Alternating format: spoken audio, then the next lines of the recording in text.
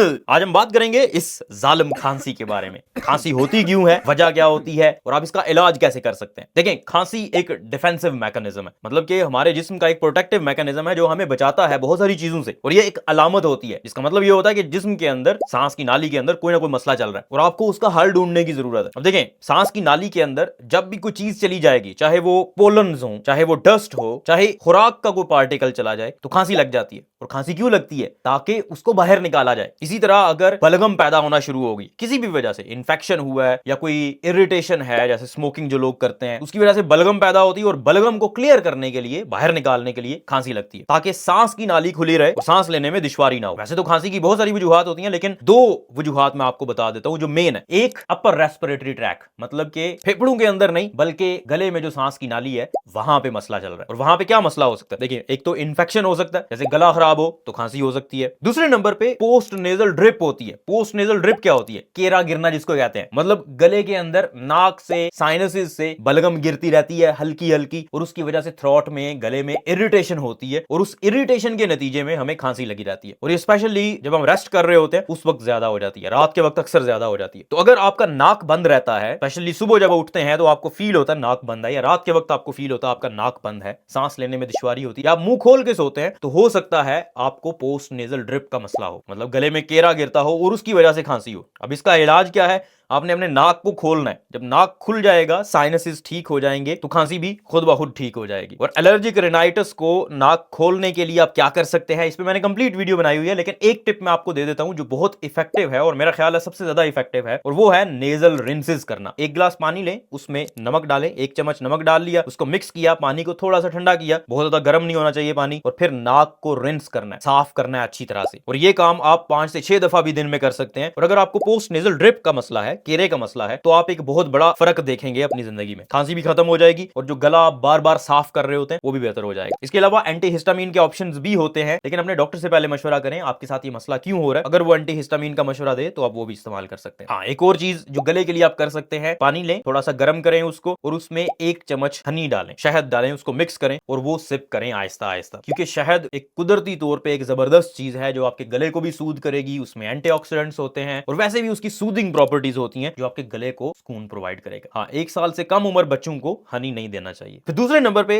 जो बहुत बड़ी वजह है और हमारे लोगों में बहुत कॉमन है, वो है गर्ड का मसला। गर्ड किसे कहते हैं? गैस्ट्रोइसोफेजियल रिफ्लक्स, जिसको आम जुबान में तेजाबियत कहते हैं, मैदे की तेजाबियत। अक्सर औकात ये साइलेंट भी होती है। साइलेंट का मतलब ये कि आपको कोई अलामत नहीं आ रही होती, आपको जलन महसूस नहीं हो रही होती, या बहुत हल्की सी जलन महसूस होती है। लेकिन अगर आपको रात के वक्त खांसी बहुत ज्यादा हो जाती है या खाना खाने के बाद आपको खांसी ज्यादा होती है, तो ये बहुत हद तक चांसेस हैं आपको तेजाबियत की वजह से हो रहा हो। देखें, जब तेजाब मैदे से निकल के ऊपर गले की तरफ आएगा तो वहां पे इरिटेशन करेगा, और जब भी गले में, सांस की नाली में इरिटेशन होगी तो सांस की नाली अपने आप को क्लियर करने के लिए खांसी करवाएगी, और उसी की वजह से आपको खांसी हो रही होती है। तो इसका इलाज क्या है? गर्ड का इलाज करो। इस पर मैंने कंप्लीट वीडियो बनाई हुई है कि गर्ड को आप ठीक कैसे कर सकते हैं। बहुत सारी टिप्स हैं, बहुत सारी होम रेमेडीज हैं जो आप घर बैठे कर सकते हैं। और अगर फिर भी आपको आराम नहीं आ रहा तो डेफिनेटली डॉक्टर से बात करें। इसके बाद कुछ लोगों का गला खराब हो जाता है, सीजनल फ्लू या कॉमन कोल्ड हो जाता है, मतलब वायरसेस वगैरह की वजह से इंफेक्शन होता है और उसकी वजह से गला खराब होता है और फिर खांसी होना शुरू हो जाती है। अगर किसी को इन्फेक्शन हो जाए, कोई भी इन्फेक्शन हो गले का, तो अक्सर औकात खांसी 4 से 6 हफ्ते भी ले लेती है अपने आप को ठीक करने में। मतलब आपका बुखार ठीक हो गया, अलामात बाकी ठीक हो गई, लेकिन खांसी रह जाती है और वो बहुत टाइम लेती है ठीक होने में, स्पेशली अगर आप परहेज नहीं करते। अगर आपको इन्फेक्शन हुआ है, गला खराब हुआ है, उसके बाद आप चाहते हैं आप जल्दी रिकवर हो जाएं और खांसी से जान छूट जाए, तो बहुत सारी चीजें हैं जो आप कर सकते हैं। पहले नंबर पे वही नेजल रिंसेस, नाक को आपने साफ करना है अच्छी तरह से नमक डाल के पानी में, फिर गरारे करने हैं। पानी ले, नमक डालें, लूक वार्म वाटर होना चाहिए, हल्का सा गर्म होना चाहिए, बहुत ज्यादा गर्म नहीं होना चाहिए, क्योंकि बहुत ज्यादा गर्म पानी भी गले को मजीद इरिटेट करता है, ये आपने याद रखना है। और गरारे करें जितने ज्यादा हो सकते हैं, 3 दफा, 4 दफा, 5 दफा भी आप दिन में कर सकते हैं। इससे आप बहुत वाज़ेह फर्क देखेंगे और आपके अलामात बहुत जल्दी ठीक हो जाएंगी। इवन आपका अगर इन्फेक्शन है, गला खराब है, तो वो भी बहुत जल्दी ठीक हो जाएगा। इसके साथ साथ आपको कुछ होम रेमेडीज की जरूरत होती है, नेचुरल चीजों की जरूरत होती है, जिससे आपका कुव्वत मुदाफत थोड़ा सा बूस्ट हो और आपको आराम जल्दी आ जाए। तो इसके लिए आप कहवा का इस्तेमाल कर सकते हैं, स्पेशली जिंजर, अदरक डाल के, लींबू थोड़ा सा डाल के, बाकी जो मसाले होते हैं हमारे पास, वो सिनेमन हो गया और इस तरह की चीजें, वो सारी ऐड करके कावा बनाएं, उसको थोड़ा सा ठंडा करें और वो इस्तेमाल करें। बहुत जबरदस्त चीज है। अब बात करते हैं फेफड़ों की। फेफड़ों के अंदर अगर मसला हो तो फिर भी खांसी हो सकती है, क्योंकि खांसी का पर्पज ही ये है सांस की नाली को और फेफड़ों को क्लियर करना, ताकि सांस लेने में दुश्वारी ना हो। अगर फेफड़ों के अंदर कोई मसला हो जाएगा तो भी खांसी होना शुरू हो जाएगी। जैसे निमोनिया हो जाए किसी को, मतलब फेफड़ों के अंदर इंफेक्शन हो जाए तो भी खांसी होना शुरू हो जाती है। और वजह यही होती है, उस बलगम को क्लियर करना होता है। अब आप खांसी को अगर सुप्रेस करेंगे, फॉर एग्जांपल किसी को इन्फेक्शन हो गया और खांसी हो रही है ताकि बलगम को बाहर निकाला जाए, और आप ऊपर से सिर्फ वो वाला पी रहे हैं जो खांसी को सुप्रेस कर देता है, खांसी को बिठा देता है, खत्म कर देता है, तो उसका आपको फायदा नहीं होगा, नुकसान होगा। इसलिए ये जो ओवर द काउंटर खांसी के सिरप मिलते हैं वो इतने ज्यादा इफेक्टिव नहीं होते। हाँ, अगर गले को खून देने के लिए है और आपका गला खराब है, गले में मसला है, फिर इफेक्टिव हो सकता है। अगर किसी को फेफड़ों का इन्फेक्शन है तो ऑफ कोर्स उसको इलाज की जरूरत है, क्योंकि अगर इन्फेक्शन होगा तो वो बहुत सीवियर किस्म का इन्फेक्शन होता है। आप बहुत ज्यादा अनवेल होते हैं, बुखार होता है जो ठीक नहीं हो रहा होता, खांसी में बलगम के साथ आ रही होती है, बाजू का चेस्ट पेन भी होता है, सीने में दर्द हो रहा होता है, तो फौरन डॉक्टर के पास जाएं, अपना इलाज ढूंढें। अक्सर औकात एंटीबायोटिक्स चाहिए होती है इस इन्फेक्शन को ठीक करने के लिए। फिर कुछ लोगों को स्मोकिंग की वजह से क्रोनिक ब्रोंकाइटिस हो जाता है, मतलब फेफड़े खराब हो जाते हैं और वो वैसे ही ज्यादा बलगम पैदा करना शुरू कर देते हैं। अब उस केस में आपने उस वजह को रोकना है सबसे पहले, तो इसकी वजह से ये मसला हो रहा है। अगर स्मोकिंग आप करते हैं तो स्मोकिंग को छोड़ना है। अगर डस्ट एलर्जी है, अगर आपके